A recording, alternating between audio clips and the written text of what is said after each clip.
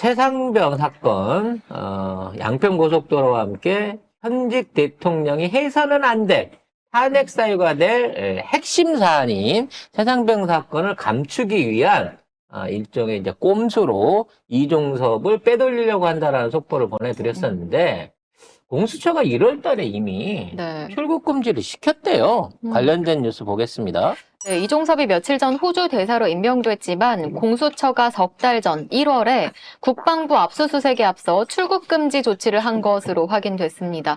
그런데 윤석열은 이종섭을 출국 금지인 상태에서 호주 대사로 임명한 거잖아요. 뿐만 아니라 이종섭은 상대국의 동의, 즉 아그레망도 받았습니다.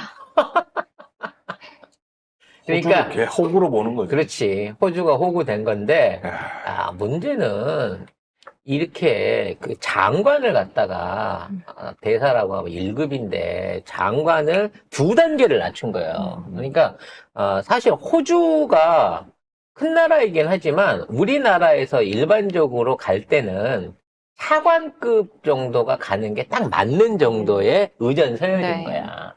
근데 이거를 전혀 경험이 없는 국방부 장관을 외교 관련된 그 사전 지정 없이, 그러니까 민간인 외교관으로 촉탁해갖고 이 사람을 대사를 보낼 수도 있어요. 그러니까 이런 과정을 거치려고 하면 외교부나 이런 쪽에다가 사전에 그 과정을 거쳐야 된다는 거고, 그러기 위해서는 당연히 이 사람에 대한 신원조사가 들어간다는 거지. 근데 이미 1월 달에 얘는 범죄자야, 도주하면 안 되라고 출국금지를 걸어놓은 상태에서 이거를 강행을 한 거야. 그게 안 나왔을 리가 없거든, 조회상에서. 심지어 이런 문제가 있는 사람인 걸 호주 쪽에다가 이 사람 대사로 보낼 거야 라고 하는 것까지 선통보를 했다는 거지. 그럼 뭐 범죄 나발이고 뭐고 상관없이 그냥 최대한 먼 데로 보내고 싶었던 거야. 아니 왜 호주를 보내? 내가 보기에는 세종기지 있잖아요. 세종기지에다가 그쪽에 기지 저기 세종기지면 혹시 남극? 그렇지. 펭귄들의 나라? 예, 어떻게 데리고 오려고 그래도 못 데리고 오는 세종기지의 그 현지 소장으로 보내야죠. 이 정도 되면. 전화도 안 통하는데. 와, 독하다. 아니 거기 계신 과학자들은 애쓰고 계신데 거기다 똥을 뿌리면 안 되죠. 다행인 줄 알아요. 뭐 유인 우주선 띄울 수 있었으면 달에도 보냈을 거야. 아무튼 이런 말도 안 되는 짓거리를 강행할 만큼 얘네들이 이거를 신경 쓰고 있다는 네. 거예요. 근데 최상병 사건의 이 핵심 피의자잖아, 이종섭이. 이거를 계속 지금 단독 보도들이 나오고 있거든요. 이거 압수 영장 한번 봅시다. 네, 국방부 압수수색 영장을 보면 공수처는 이종섭을 직권남용 혐의 피의자로 적시했습니다. 영장에는 이종섭의 구체적인 외압 혐의가 최소 3차례 이상 적혀 있는데요. 영장은 이렇게 시작됩니다. 피의자 이종섭 등이 공모해 축소 수사에 관여했다. 지금 이와 관련해서 결정적인 추가 증거, 그러니까 그냥 몰라서 그랬다, 부관이 시켰다, 뭐 이런 식으로 꼬리 자르고 넘어가려고 했는데 결정적인 증거가 나왔기 때문에 얘가 현행법상 빼도 박도 못하게 실무적으로 영향을 미쳤다라고 하는 상황이 드러난 증거가 나온 거예요. 정황 문건이. 이게 무슨 문건인지 여러분한테 먼저 소개해드리고 상세한 정황을 다시 설명을 하겠습니다. 3-2. 네, 이게 이종섭이 국방부 조사본부에 최상병 사건을 재검토하라면서 결론에 대한 가이드라인을 내린 정황이 문서로 확인됐습니다. 애초에 결론이 정해진 재검토였던 겁니다. 이게 왜 중요하냐면요. 이게 경찰에 이첩된 서류를 빼왔잖아요. 네. 이게 해병 수사대에서 이제 박성중 그 조사관이 이거를 올렸어, 처음에. 박정훈 그 대령이 이걸 올렸어. 그래서 제가 다 받았어요. 국방장관 자기도 여기에 관련된 걸 받았단 말이야. 칭찬했다고 했잖아, 처음에. 잘했다고. 그래서 이거를 갖다가 보고를 올렸는데 대노해갖고 이거를 다시 빼라고 했는데 네. 박정훈 대령이 집어 넣어버렸다. 그래서 이걸 항명죄로 건 거예요. 그럼 이제 그 순서가 되려고 하면 일단 제출한 서류가 잘못된 서류야. 그 서류를 찾아갖고 오는 과정부터 이게 잘못이 있었다라고 얘기를 해야 되는 거잖아. 근데 이 서류를 찾아갖고 온 게 11일이에요. 근데 최상병 사건에 관한 혐의를 재검토하라라고 해갖고 재검토 보고서를 냈어요. 지금 그 국방부 안에서. 그래서 이건 문제가 있다라는 재검토 문건을 만들었는데 이 재검토 보고를 했다는 날짜가 9일이에요. 무슨 얘기인지 이해가 가세요?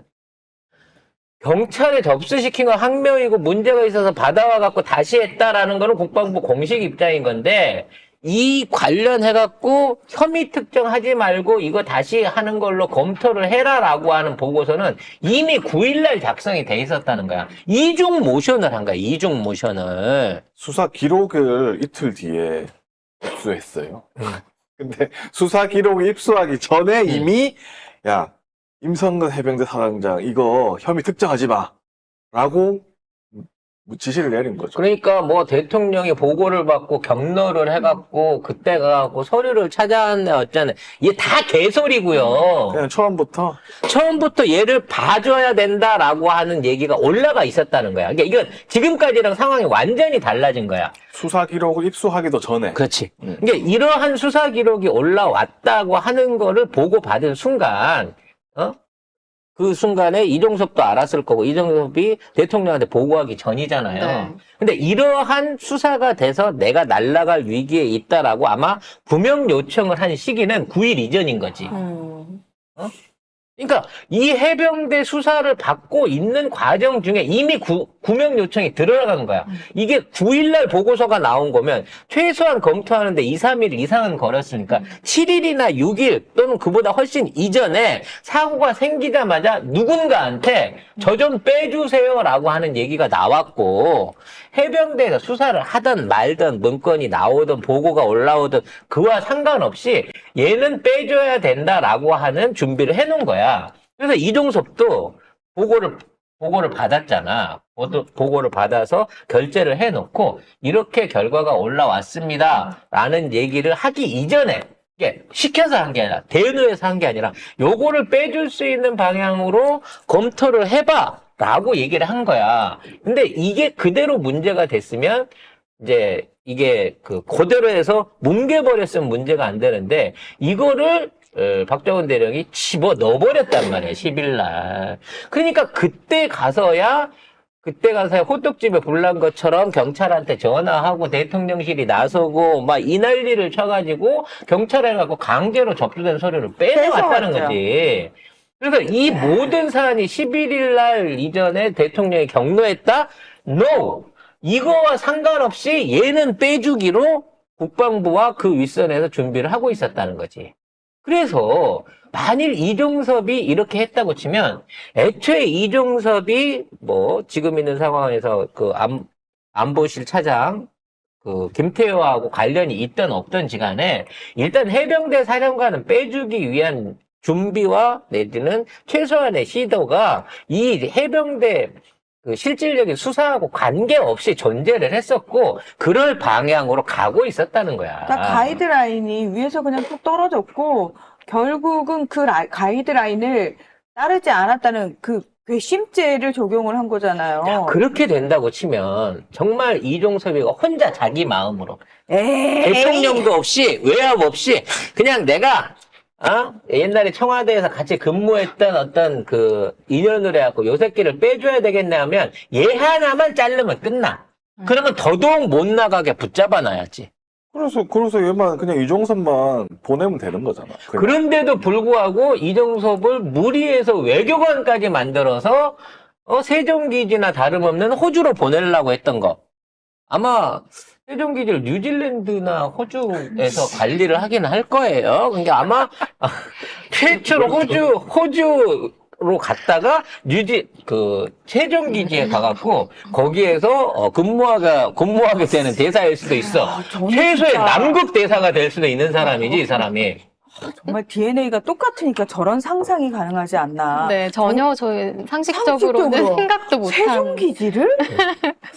지금 저쪽에서 그래, 세종기지가 더 낫겠다는 생각 할 것 같아. 세종기지로 보내놓고 난방비 예산을 끊어버려갖고 이미 끊어졌답니다, 예산. 이미? 네. 그러면 세종기지 가서 펭귄 잡아먹고 장작 떼가면서 거기에서 대사 역할을 해야 될 수도 있다는 거죠. 아무튼 그렇게 해서 이종섭으로 끝낼 수 있었는데 이건 이종섭이 뒤집었으면 다 가는 건데 이 이종섭을 빼돌려야 한 이유는 뭐겠느냐는 거지.